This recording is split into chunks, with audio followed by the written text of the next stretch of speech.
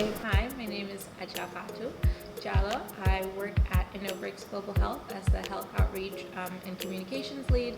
And I think Homecoming Gambia is really, really important simply because as a American-born Gambian, I feel like there's this huge disconnect between the Gambians, the Africans here and the Africans back home. And I think it's really awesome that people are coming together to try to bridge that gap and try to get us all to come back home and reconnect with the motherland.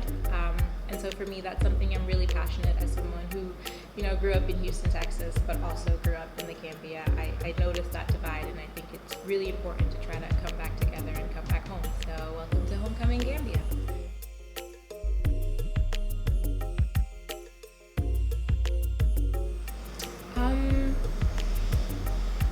I think as also someone who's traveled a lot and seen different parts of the world. And so though I grew up in the US, I've been to Europe, I've been to Asia, I've been to Africa, I've been to Latin America. And I think the struggles of an African American person in America is so unique simply because of the history. I think having gone to the UK or having to go to different parts of Europe, I just can't relate to the struggles that a lot of my cousins bring up and share, because when they hear stories and cases of things happening to African Americans in the US, they say, well, this doesn't happen here, I don't understand. And I think just the history is so strong and so prevalent in the US with enslaved Africans being taken there by the boatloads, and it's something that's very unique to the American experience. And I think it's very, very important for displaced Africans all over the world to come back home, but especially for Americans to come back home, because it's not always like that everywhere. And I think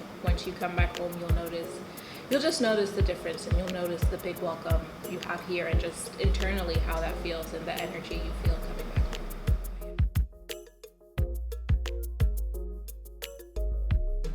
One thing I know for sure is that though we have a lot of non-communicable diseases, a lot of NCDs, we have a lot of natural and holistic remedies for them. I think you talk from Wanjo, which is hibiscus, to Bui, which is baobab, to Dita and Moringa.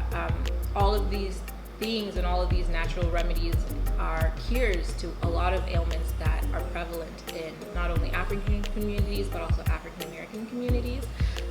And I think a lot of light hasn't been shown on these issues. I think Big Pharma was really great at marketing and having people believe that the only way to seek help and the only way to improve your life is to purchase Big Pharma medications. That it's honestly capitalism and it's honestly a money scheme. But I think if you really do the research and come back home, there's just like a lot of natural herbs and a lot of natural remedies that if you take them daily and if you consume them daily would do a great thing at alleviating them. It's things that our ancestors took to help with health issues. It's things that local doctors and medicine mans would use to cure ailments before Western medicine came in. And I think if that was helping our people for centuries, who's to say that all of a sudden that stopped? It's still there, the power is still there, the magic is still there, and I think it's important to try to reconnect with that as well. Yeah, non-communicable diseases such as high blood pressure, which Wanjo hibiscus is really, really great for that. I know that if you even were to eat a couple of hibiscus leaves, some doctors recommend that you don't take your blood pressure medication, because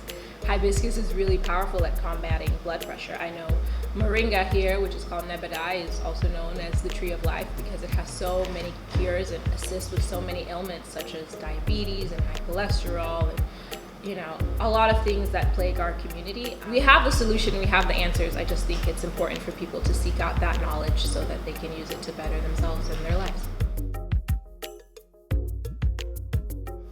We do have everything we need to succeed.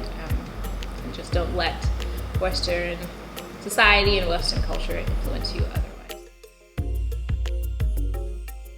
Is women's advocacy and women's help and supporting women, be it entrepreneurship, be it providing healthcare, helping with domestic violence, poverty. Another thing I'm really passionate about is holistic medicine and holistic remedies and cures. So again, as I mentioned, using natural herbs and trying to see how we could bring that more into the mainstream and bring that more and normalize it more for people to sort of turn to those first before they seek sort of pharmaceuticals.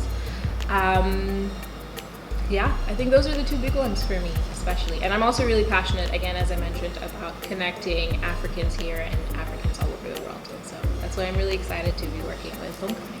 I've traveled a lot. I'm still pretty young, and I've found a lot of travel opportunities.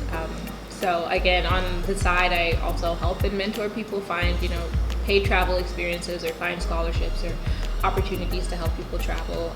And I encourage a lot of Africans and a lot of African Americans to come back home, and so I'm a big part of trying to convince people. And working with Homecoming has been great because it's showing me that it is possible and people are interested in coming home, and so that's some kind of work I hope to continue doing in the future. Yeah. Thank you. Of course. All right.